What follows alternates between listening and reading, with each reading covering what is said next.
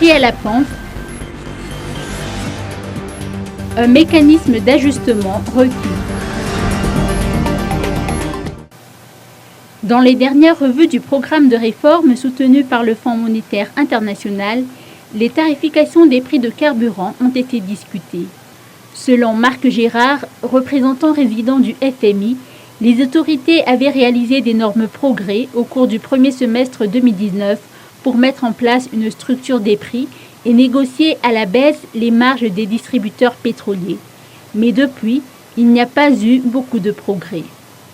L'État continue à accumuler des arriérés envers les distributeurs et in fine, ces arriérés devront être payés par le budget. Autrement dit, on va encore avoir une situation dans laquelle les pauvres payent pour les riches et on veut éviter ça. Donc il faut absolument qu'on mette en place un mécanisme d'ajustement des prix qui permette d'éviter de creuser le budget pour ces dépenses au détriment des dépenses prioritaires d'investissement public ou de santé.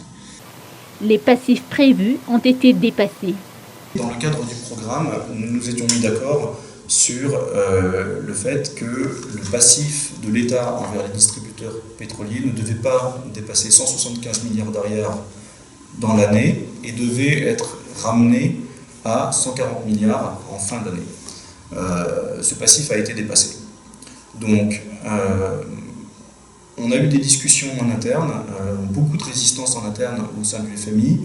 Nous avons décidé de conclure quand même cette revue malgré la violation de cet engagement qui avait été pris envers le FMI parce que nous avons voulu donner crédit à tous les efforts de stabilisation macroéconomique qui avaient été faits et également nous avons des discussions constructives avec les autorités pour résoudre ce problème. Il s'agit selon ses dires d'un sujet important.